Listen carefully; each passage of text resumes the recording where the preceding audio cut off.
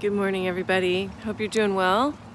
I hope that some of you got a chance to see what we did last night, and I want you to know that tonight there's going to be another special drop with Sergeant Cotel, and why I consider that a special drop especially is because he's going to land on you some information that people, especially from the truth movement, need to understand. There's reasons that a while ago, Russell-J. Gould court-martialed Flynn, and why those tapes are all buried, the ones that were done at the Supreme Court. And also, you're going to hear the first-hand account of somebody that is going to tell you an insider story and the entire framework of what happened there and why. And you're going to learn what that is tonight. It's important data, and not only is his effort to be applauded and all that he's done to bring forward the truth, but also you can see how he gets thwarted, which is really interesting because it speaks to what we're talking about here and how people don't quite understand that the courts are closed. And in this martial law setting, people can harvest you. In other words, they play a game, just like Russell said in the videos part 1 through 4. They play a game.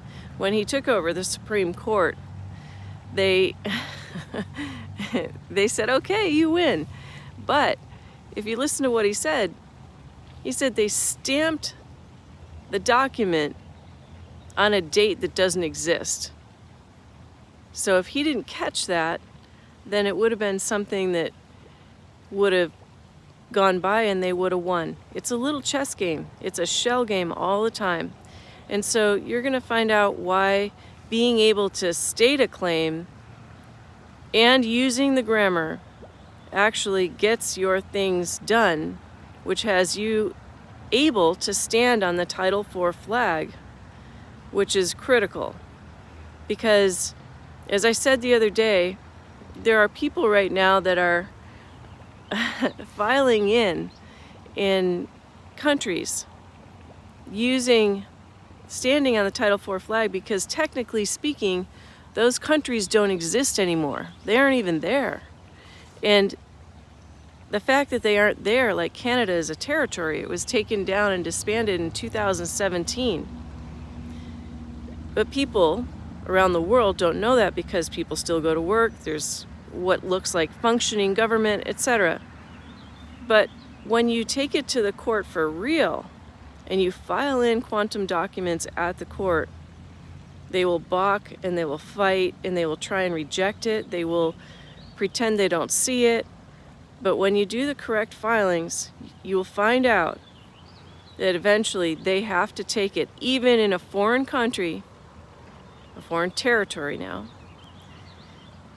because it stands on what he did when he captured the Title IV flag and became the Postmaster General of planet Earth.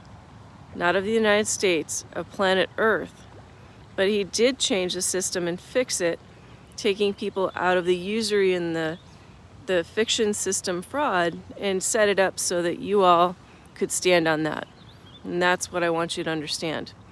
So tonight we're going to continue this conversation. And for those of you who are quantum claimants that kind of balk at why am I bringing forward people that aren't quantum claimants? Well, because number one, in my opinion, everybody matters and every voice matters, but these people have been in it. And Mark Emery, Mark-Emery last night is not only a sound individual, but he tells you a story of beating the system that tried to hang him up simply because of his name. And they fraudulently put him in jail for impersonating himself with his own name. So he decided to stand on fact. And the fact was, what he learned from David Miller at the time, is how his name helps him become a fact when it's punctuated properly. So these are lessons that people that don't quite understand and don't know can begin to weave that understanding together. they can take that and weave it together. And also, you should know who he is. I believe that if quantum claimants want to help, instead of stand behind and hope the world gets better, if they really want to help, then they can actually reach out to a guy like that and help share knowledge within those groups or with him, and help people realize what can get done, and maybe in that grouping of people how quickly it could get done. So everyone's waiting for something else to happen. Everyone's waiting for Russell to come out of the woodwork and do something. It's up to us. It's up to us to do this thing. So that part I really want you to understand. And tonight is more of an intel drop. It's a historical framework, but it's present time too. William has a unique perspective, having been in CENTCOM. He was part of the Benghazi framework, and I think you all need to hear this. As I said before in the part 4 final drop, Benghazi is coming back around. They've always said it would in their strange fiction play. And here it is. And this is part 2 of that, for what I can bring forward for you anyway. So being understanding of all points of view is more important than ignoring other points of view. It's critical that people hear one another from where they stand, and then they're given the ability for their soul to absorb that information and take it forward should they need to. So I'm hoping that that is helpful to you. And I want to say I'm really deeply moved by the tragedies that happened last week. And I'm sorry that we have to keep seeing this, though way back in the 90s, I was kind of like, budding and ready to come out and conquer the world. And in fact, what happened is I ran into a guy named Daniel Brinkley. Maybe some of you know him. And I met him, and he was a man that got hit by lightning multiple times. He died and came back to life. And Daniel, he ended up not only getting struck by lightning and dying, but he ended up having this massive insight when he came back. And the spirit world sort of opened up to this poor guy, and then his life changed forever. And so he ended up being someone that would be able to see into the future. Like when he passed over, he could see what would come. And sure enough, everything he said then is happening now. And one of the things he said that really struck out to me at the time, and I paid attention to, is that he said that the world would come to a place where they would try and microchip us. And that's what Russell has been staving off for us, that we don't get microchipped. So Daniel Brinkley, when I was, 20-something, Daniel Brinkley came along and he told the world in his books, there are going to be mass shootings, people are going to kill our children, children are going to kill children, and then they will lead toward putting a chip in us. If you don't believe me, go get his book and read it. He's live, he goes live, he's out there. But this really struck me, and I knew this time would be coming for many reasons, not just that. I knew for a lot of reasons, from a lot of different angles. Hey, look at the chemtrails this morning. Can you see that?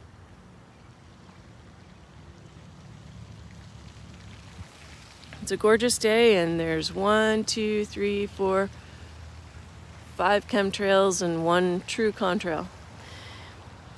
So why I'm bringing that up about Daniel Brinkley is because here we are. We're at that place, and that place is, not some fantasy, it's not a movie, it's here. And it was seen and predicted by somebody 20-some years ago when they had their near-death experience. And so we have to beg the question, what's going on here? And if this play is really working out the way it's being talked about, if we're coming to this space in this play of this happening, what is it we aren't getting, and what can we be doing?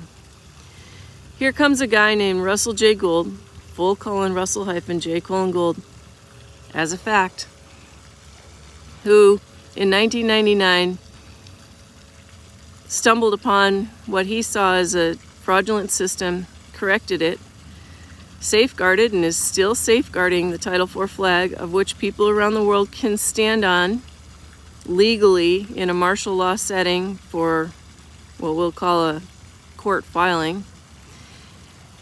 And yet we are living out those tragedies that Danyan talked about. And it's causing humanity to have to stand up for itself. It's causing us to look forward outside of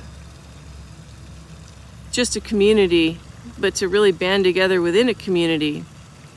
The gameplays are large, they're ugly, and they're calculated. And it's time now to stand up for what is, because if you don't, you're not going to have much opportunity if the needle moves too far, right? So having a claim of the life is what we were talking about. Having a claim is what helps people be able to state a claim in a court system or in a foreign vessel in dry dock, or in this case, on foreign territory. Because as the guy found out last week in Canada, it's still difficult to do, but he did it and he got it done.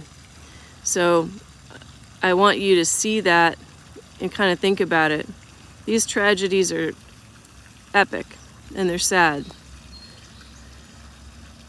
But the souls that go over may have had a setup to that timing and being part of that framework and that structure.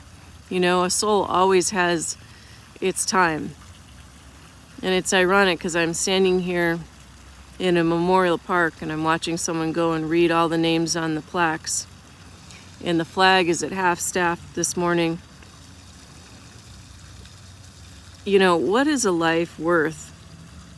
What is your neighbor's life worth? What is the life on planet Earth worth? I think we have to really revalue ourselves and one another and try and reach those bridges and get over the judgments and the criticisms and reach out for creating more hand up instead of either hand out or, you know, backhand. Let's try hand up. Let's help each other. I think that's more important as we go forward. So anyway, I just want to express that I'm sorry for the tragedy that is. Good morning. What's that? No, it's not new. I know. Sometimes we don't always see, and then one day we see. You want to be part of our live? Are you a veteran? No. Oh. I lived here my whole life. And you haven't seen this memorial? Born and raised here. Wow. Well, you're here at the right time.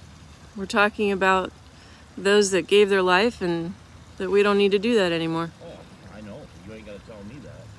I just missed that Vietnam War. I lost so many buddies in that. In Vietnam? Yeah. Yeah. That was a bullshit war. It was. They all are. They are. That frickin' Russia ought to be shot. We don't need to have war anymore. No. Yeah, we don't need to fly our flags at half-staff either. Yeah, exactly. Right? Yeah, they got the one flying in the American Legion in Skinny House Falls. They got a casket sitting out there. A casket? Right by the flag. Yeah. Well, say hello to the world. Hello. What are you, a reporter? Sometimes. See ya. Okay, have a good day. There you have it, folks. We need to work together, and that much I'm sure of. So I don't put things out randomly. I hardly do anything in life randomly. But random things seemingly happen to me, and yet they aren't random. Similar to this series. I promise you on my life I had not expected doing this a month ago or a few weeks ago, and here we are because Spirit said so. God said, do this and do it now. Here's what you find, and just by one step after another, discovery happens and the next thing unfolds. And that's how it goes when you follow the thread of spirit, in my opinion. But there's a false narrative, a fiction play that's going on, and that false narrative needs to either end or come clean, it needs to come up. So I hope people will understand and see that there's more to learn. And when you immerse yourself in some of this data I'm putting out there, it'll dawn on you, kind of like Sophia was talking about. It'll dawn on you at some point. It'll come to a place of greater understanding. So we're going to say our prayers today for the people that are no longer with us, that unfortunately, so tragically, had to leave. And it's so sad. I look forward to the day where we see that harmony come to pass and we step out of this kind of dimensional frequency that's all tied up. And in fact, the now-space can be quite nice in the quantum. So I hope you'll join us there eventually. And I see you're writing things, but without too much, without my other glasses on, I can't see it too well. So I'll look when we're done, but I just want to say go jolly, everybody. And we're in a heavy window of energy play out for sure. There's been a lot of energy in the last week for sure. And just remember, there's a lot of brilliant, shining souls out there. So every little bit we do, just like saying hello to that fellow that came by, it matters. And you matter. Thanks for showing up. Thanks for listening. Thanks for watching. Thanks for sharing. And I hope that these continued drops, which I'm going to do, even though for the quantum people, they're in what you call the fiction, there's value to them if you'll listen. And there's value to people that are trying to figure out what's what. So patience until understanding has come to pass or comprehension has come to pass. And fellow man comes to their understanding at different times. It's a one-room schoolhouse after all. But it's a brilliant, beautiful day today. And so I'm going to go capture that day. I'll see you tonight around, I think, 9 p.m. I might have said 8 p.m., but I think it's 9 p.m. I'm going to do that tonight. So go jolly, everybody. I'll see you then. It's a lot of information you're going to get tonight from someone's first-hand account. And it's going to tell you what's lining up, what's coming, what's hitting us soon, and why. All right, so hope that helps. Go jolly, and I will talk to you soon. Ciao, ciao.